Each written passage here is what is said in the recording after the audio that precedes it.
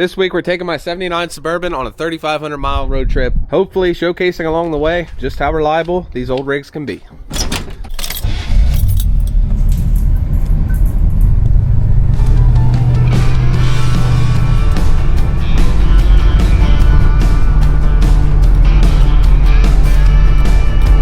couple hours in and it is already time for some fuel.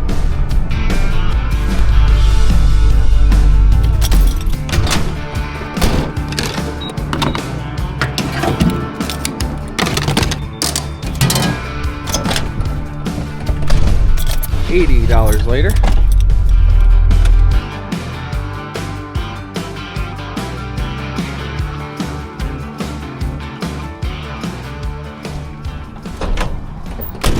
Last night we put down our first 500 miles, no problem. And we are good on oil. We probably won't drive as far today, but I got some pretty cool stops planned. Cold start.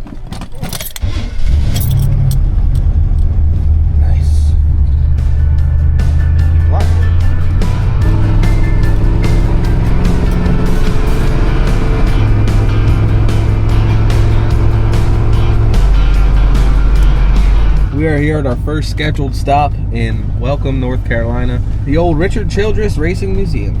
So this is a SB2 NASCAR engine, which at the base is just a small block Chevy, but it's got SB2 heads and intake manifold. Soon, for the C10, we're going to be building a SB2 inspired LS. Kind of get this look, a high-rise single plane intake manifold and a runner for each intake port. Kind of get the NASCAR look, but a lot cheaper. I mean, it's probably $20,000, $30,000 engine.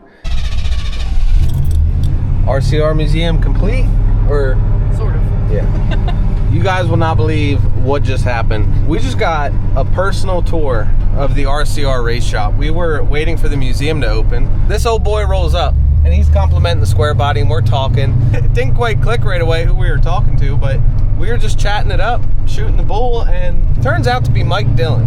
He just took us into the race shop and gave us the full tour. Really cool dude, and we really appreciate it.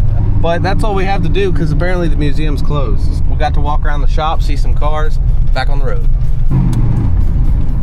Look at that square body truck. Hell yeah. That last tank took us about 250 miles.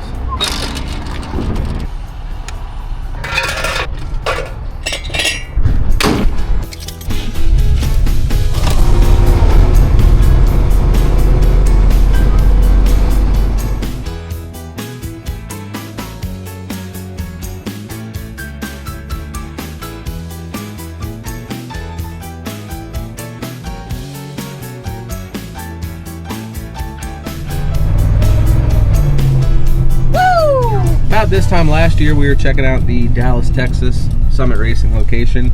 This year, we're going to be checking out the Atlanta store.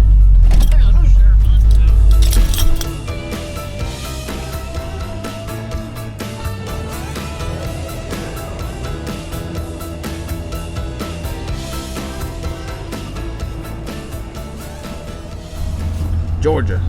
Small block Chevy? Per tradition, I had to get another Summit bag. Per tradition. You want your nectar? Sure. Well, it got dark. Time to do some night driving. Fire it up. Cute little short bed. Hell yeah.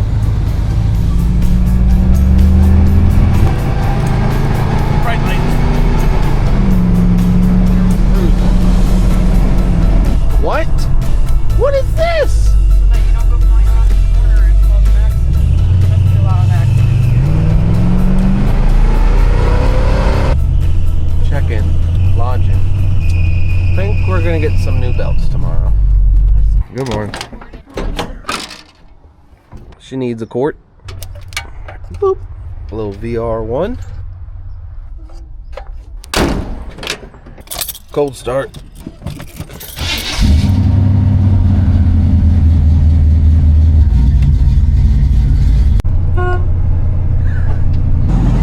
Alright, new day, and we are in Talladega, Alabama. What'd you say? I said shake and bake, baby.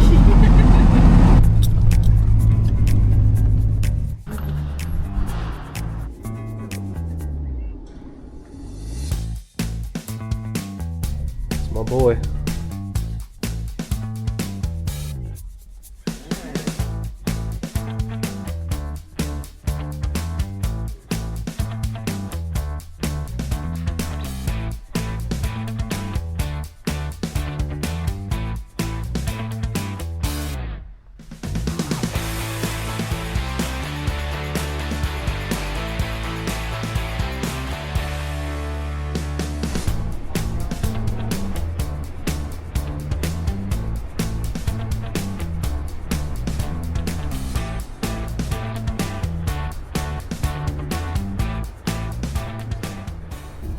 Got us another badge from the trail.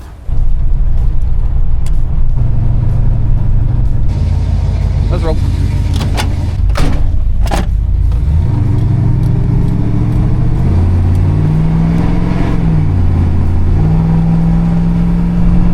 ahead and get us some new belts. I wish we had O'Reilly's at home.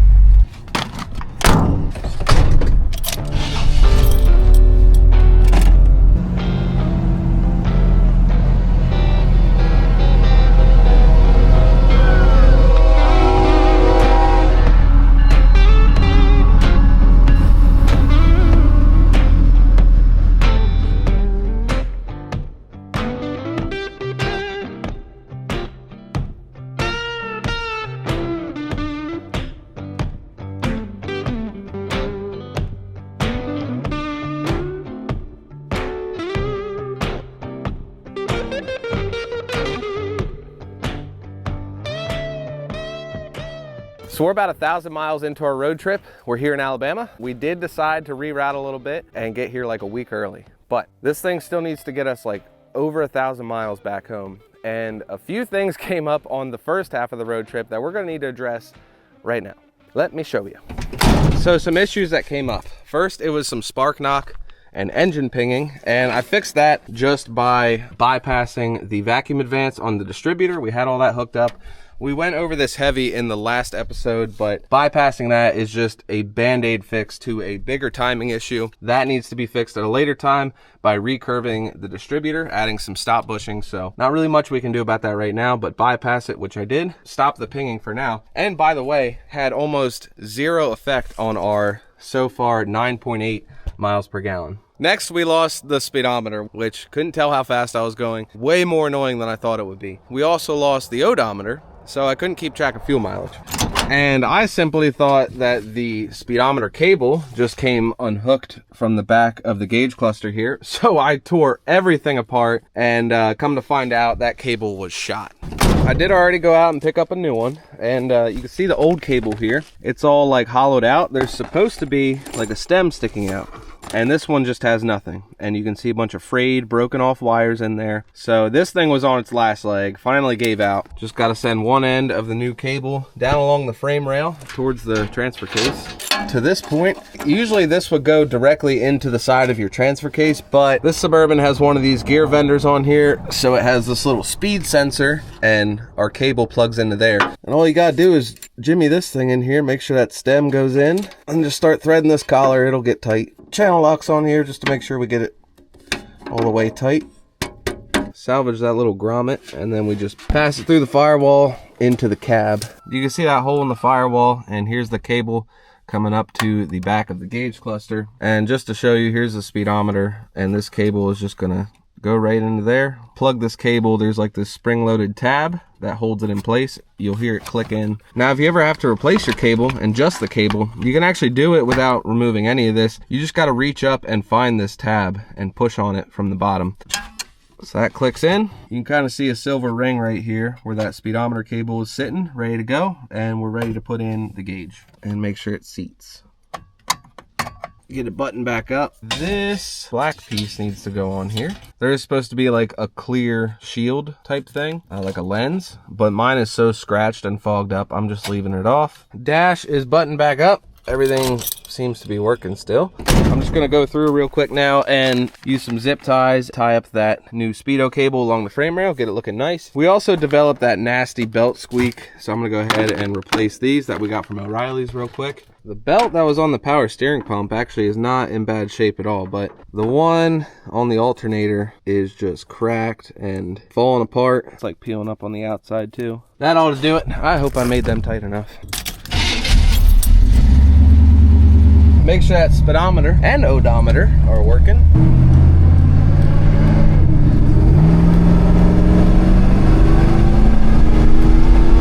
It actually looks like it's working better than before. It used to kind of like bounce around and jump, and seems pretty smooth. Engage.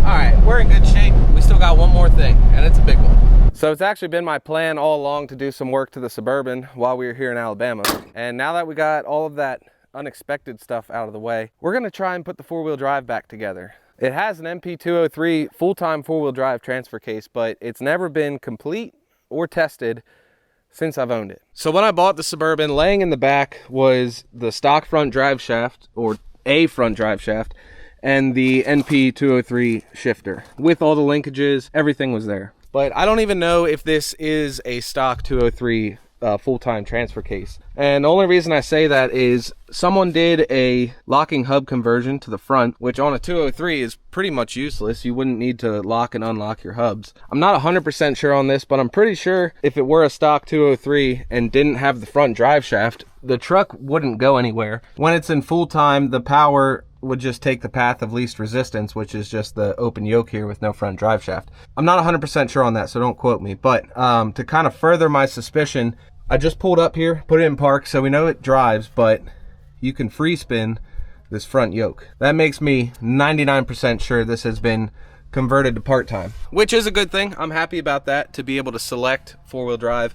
79 was the last year of the full-time case, and then it went to a part-time unit anyway. So we got our shifter, we got our front drive shaft. I threw a fresh U-joint in there at the shop before we left. Also, notoriously, these 203 shifters get all bound up. You got one lever controlling two different arms, and this one was no exception. So again, before we left for the trip, I tore the whole thing apart, I cleaned it and greased it, and now it appears to be functioning correctly. First thing we're going to do is get this blank plate off of here so we can drop in the shifter. It looks like only 2 screws remain. There's the boot. But I'm going to take all this off. That way I can get to that mounting bracket for the shifter. I don't know. Something's not adding up here because, like I said, all the parts were in the back of the Suburban. Check the drive shaft length. It's correct. So we go down in and you can see 2 bolts right there that mount the transfer case, which correspond with the shifter bracket there, and I removed the linkage arms and the shifter. So I think this is part of the trouble he was having, the previous owner. This was in the back with everything else, and some kind of makeshift bracket to extend the shifter, because this Suburban had a 700 R4 transmission swapped into it. Then there's an adapter to go to the 203 transfer case, and it kind of just pushes everything back a few inches. So we're going to pull them 2 bolts out, mount up the shifter, and then see what we got to do. I'm beginning to find out why this was all torn apart in the first place. I cannot get this shifter up in there. The holes are just not lining up. So I made this little template real quick. Threw some bolts in there just to show you. This matches that. And I hang the top one in the top hole like that. The second mounting hole is way too low. And then right here, where it kind of steps down, I can see there used to be a bolt right there that looks like it got cut off. So I don't know if this is like the wrong adapter or what, and that bolt's crooked. It's not even in there straight. Something's weird. So I don't think the shifter is happening right now, but I still want to throw in the front drive shaft just to confirm that transfer case was converted, and I can use these to kind of manually shift it from underneath. And I'm going to slide these linkages onto the transfer case and see if I can kind of get a feel for what each position is, especially if it's been converted. I got both of them on there, secured with a nut. This outer one is 2-wheel drive. That's too high, neutral, too low. And you can spin the output shaft for 4-wheel drive in all positions. Now this inner one, it's a little stiffer, so I gotta use this pry bar, but I'll get behind it, and it has 2 positions. One position there, and one there. That locks the output. Now I just gotta figure out which one is 4 low and which one's 4 high. That way I don't mess stuff up. Here is what I'm going to conclude after some research. The shift pattern doesn't change when you convert a 203 to part-time. So there's going to be 5 positions. 2-wheel drive, low, neutral, high, and then 4-wheel drive is pretty much on or off. So I'm gonna say this kind of like first position isn't really a thing, and it needs to be, to engage 4-wheel drive, it needs to be all the way out like that. And then if you want 4 low, you put this lever all the way back, and if you want 4 high, you put it all the way front. That's what I'm going with. I'm gonna throw the drive shaft in and see if that holds true. Got all these dang things started, but just gotta go one little turn at a time with a wrench until I can get a socket in there. Never mind.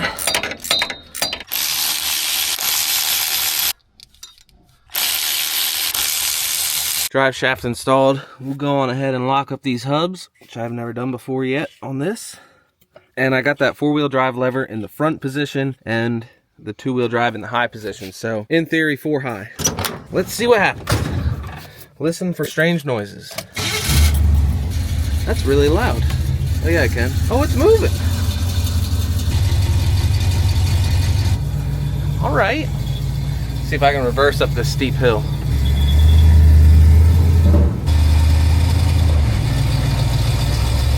Oh yeah, she's gripping.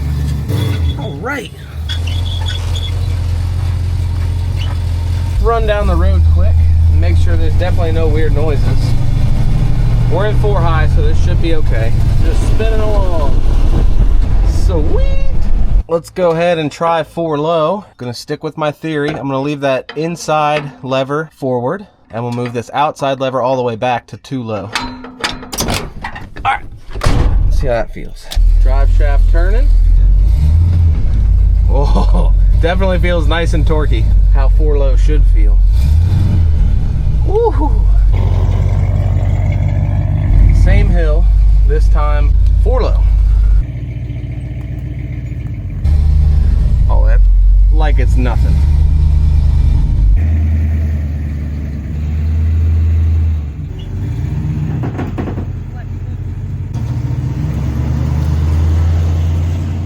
I've unlocked the hubs and I moved that 4-wheel drive lever back and then the 2-wheel drive lever forward. So this should just be normal 2 high driving, and this should be able to free spin, which it does.